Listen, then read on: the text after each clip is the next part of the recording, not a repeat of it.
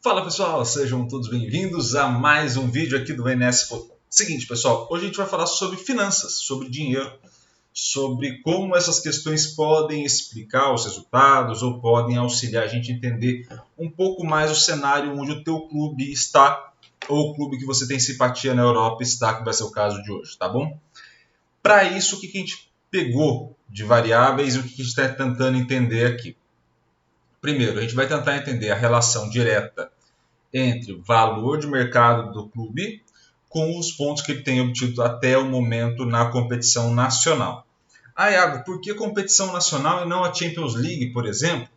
Porque é uma competição de pontos corridos, você tem um número padrão de jogos, então assim você consegue avaliar com mais qualidade a temporada. Né? Você não cai, por exemplo, numa situação onde, por determinados encadeamentos de sorteio, você tenha dois adversários muito fortes se enfrentando, depois dois adversários muito fracos que vão passando fase a fase.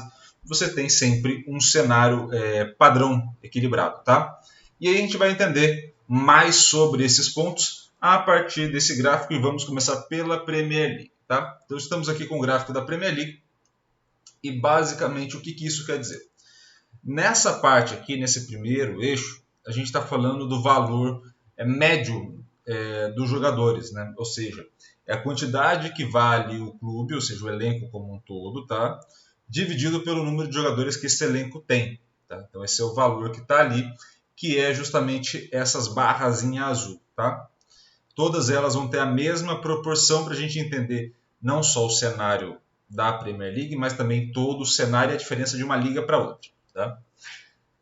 Em laranja, a gente tem o valor total do elenco. O valor total do elenco está ali ao lado, está aqui nesse número aqui um pouco maior. Esse valor é o valor total de elenco. Há uma tendência, como vocês estão vendo aí, de um valor ir acompanhando diretamente o outro. Tá? Então, um valor vai acompanhando o outro.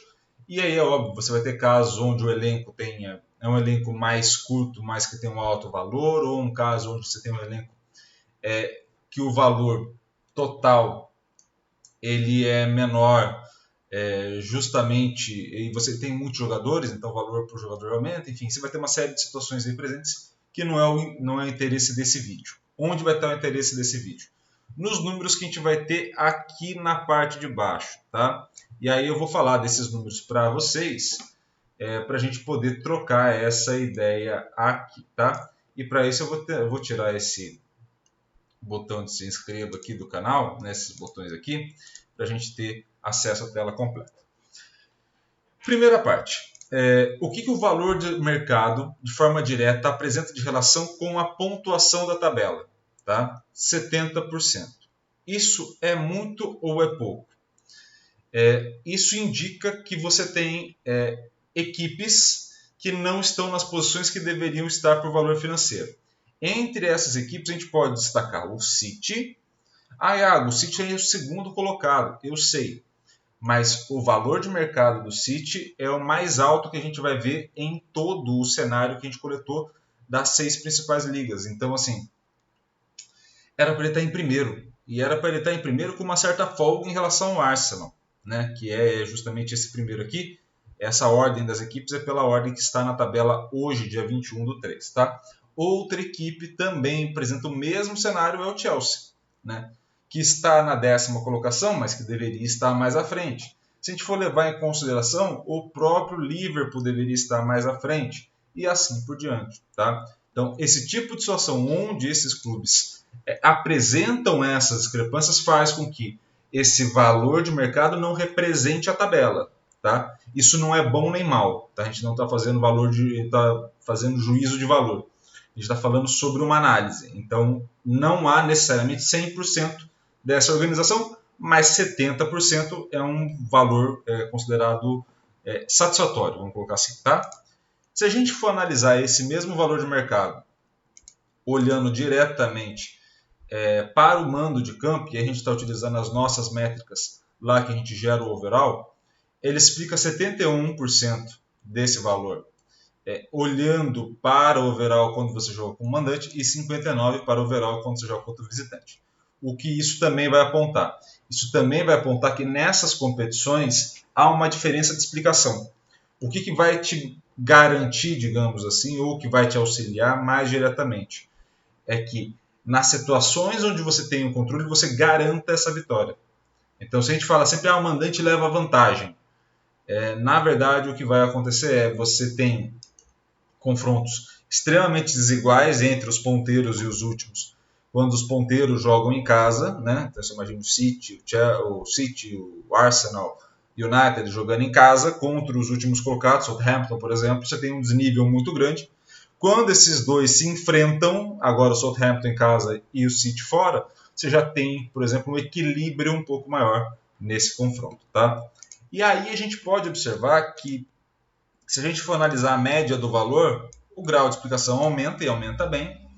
E se a gente for colocar os dois juntos, né, para a gente tentar fazer um grau de explicação um pouco maior, acrescenta muito pouco porque os dois estão muito relacionados, né? A gente pode ver aqui que os dois gráficos se comportam da mesma forma, tá? Então, isso quer dizer que na Premier League a gente tem ali uma taxa mais ou menos de 75%, 70% ali que a gente consegue explicar. Se a gente forçar a barra, colocar os dois juntos ali para a explicação, né, para pegar o mínimo de diferença, a gente chega ali próximo de 80%, mas é um valor que demonstra que há clubes que não estão rendendo o quanto se esperava financeiramente deles, tá? Se a gente for para outra competição, que é o caso da La Liga, por exemplo, a La Liga ela já tem, e aí já dá para ver a diferença de perfil, né? Observem o gráfico aqui, né? Como essa faixa está bem alta, né, desses clubes, né? A gente está falando do clube, o último que é o Southampton, está passando da linha dos 200.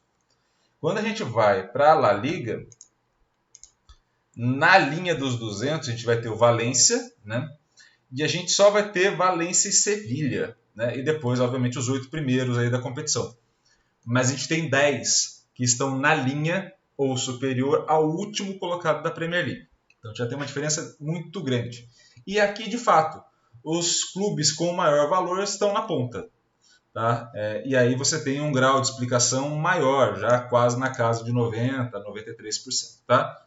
Então, assim, entre 82% e 93% a gente tem esse grau de explicação aqui, muito voltado ao valor médio e valor de mercado. Tá? Nesse ponto, você tem a única consideração a ser feita é que o elenco do Real Madrid tem um conjunto de valor segundo o Transfermarkt maior do que o Barcelona. Então deveria estar ao contrário, mas ele vem de novo na escadinha. E aí, obviamente, a gente pode falar da má temporada tanto de Sevilha quanto de Valência, que já é uma coisa que a gente vem falando na mídia, mas também não dá para esperar que essas equipes, pelo investimento, estivessem brigando pela ponta. O que a gente pode esperar é que elas estivessem ali brigando pela oitava, sétima colocação ali junto com o Bilbao, tentando enfrentar Betis e Villarreal ali, mas não seria muito mais que isso se o único critério de análise fosse a questão financeira. Tá? Na Série A Team, se a gente já achou ruim esses valores para a Liga Espanhola, na Série A Team, a gente está vendo o nível ir descendo. Tá? Ou seja, na Série A Team há, de fato, assim como na Premier League, uma dificuldade maior de se explicar as coisas, tá? Financeiramente falando, por conta dos primeiros colocados. Tá? A Juventus está em segunda aí porque eu estou colocando a pontuação na competição, independente da punição. Tá? Por isso que ela fica em segundo. Se a gente olhar a temporada, a gente pode colocar uma temporada abaixo da Inter e do Milan. Tá? Inter e Milan tem uma temporada abaixo do que eles deveriam ter. O valor de elenco dos dois é próximo ao valor do Napoli, que tem o maior valor de elenco da competição. E aí, de fato, a gente esperaria que esses dois estivessem aqui à frente de Juventus e principalmente à frente de Lazio. A Lazio faz uma competição muitíssimo interessante. Hoje, na tabela oficial da competição, é a segunda colocada, né, com a punição da Juventus. Mas, independente da punição ou não da Juventus, faz uma boa campanha. E aí a gente vê alguns casos, como o próprio Inter e Milan abaixo. A gente pode falar também da questão da Fiorentina, está muito abaixo, por exemplo, está muito alto o investimento em relação ao Udinese e Bolonha, né? E aí deveria estar à frente desses dois, mas a gente percebe que o grau de explicação que a gente vai conseguir da questão financeira vai sendo mais ou menos o mesmo nas competições, né? E aí o que vai modificar é justamente o cenário individual de cada uma, como cada um se comporta. Bundesliga, pior dos cenários possíveis, muito por conta de 3 equipes aí na tabela, tá? Muito por conta do Bayern de Munique não ser o líder, esse valor mais baixo, tá? Então o Bayern devia estar à frente e com sobras. Então assim, não é uma boa campanha do Bayern na Bundesliga, financeiramente falando, né? Enquanto investe para o quanto que tem de vantagem. O Red Bull Leipzig é o terceiro maior investimento, né? O terceiro maior valor de clube, e deveria estar à frente, e muito à frente do Union Berlin e do Freiburg, mas não está, né? Apesar de estar tudo meio embolado na tabela da Bundesliga, essas ordens são importantes, né? Isso quer dizer que você colocou um dinheiro maior, mas não está tendo de fato o retorno esperado.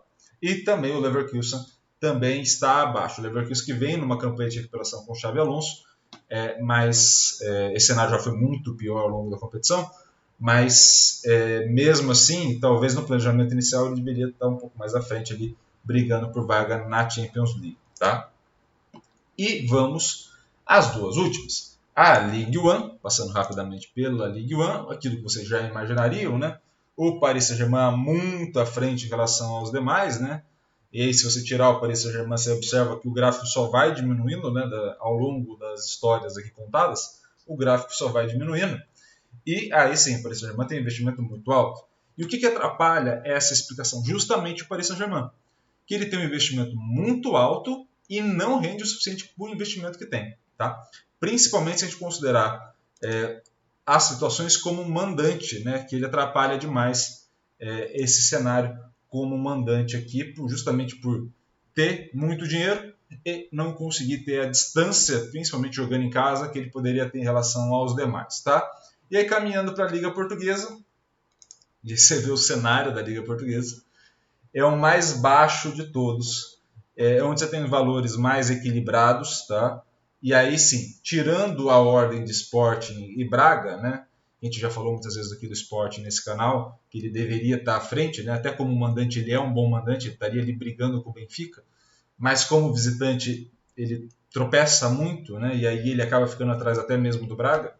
Você tem uma ordem, né, mais parecida, e aqui quando você chega em Braga e Sporting, talvez seja o único ponto de troca ali, o Sporting um pouco abaixo do Porto, o Porto que talvez pudesse fazer um pouquinho melhor essa campanha, mas também está na posição correta, digamos assim, em relação ao investimento feito, tá? Questão financeira colocada aí segundo o Transfermarkt. Então, qual é o cenário que a gente tem para falar, responder a questão que está aí na tela? O dinheiro ganha o jogo? Não, não ganha. Não necessariamente você tendo mais dinheiro ganhará mais vezes. A questão central é que você vai ter uma obviedade de concentração, não só de recurso financeiro, mas também de recurso humano, né? Então você vai ter os melhores jogadores tendendo a migrar ao longo do tempo para esses principais clubes. E isso acontecendo, as coisas ficam mais previsíveis em termos de resultado. Óbvio, a gente está olhando o valor de mercado e o somatório do valor de mercado desses jogadores.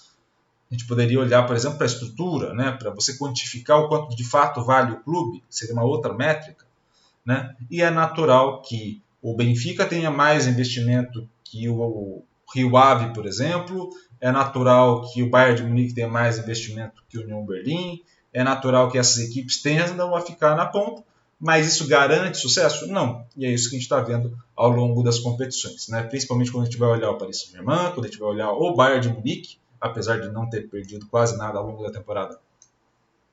Apresenta muito empate, né? Então, assim, atrapalha bastante, na Bundesliga especificamente. E se a gente for olhar para as outras competições, principalmente a Premier League, que ela é mais equilibrada financeiramente na parte de cima, né? A gente está falando que a Premier League, o pior cenário dela seria equiparável aos melhores cenários portugueses.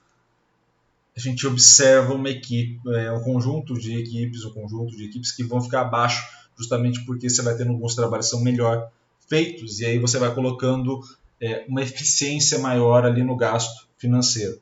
Então, esse equilíbrio entre gastar e ter esse retorno, a gente vai conseguir ver em diferentes cenários, e é claro, a gente vai acompanhar tudo isso aqui, justamente para trazer esse debate, essa reflexão sobre a importância, não só da parte financeira, mas também para a gente desmistificar algumas coisas e entender brechas que a gente ainda tem para crescer no esporte, justamente pela falha do investimento feito.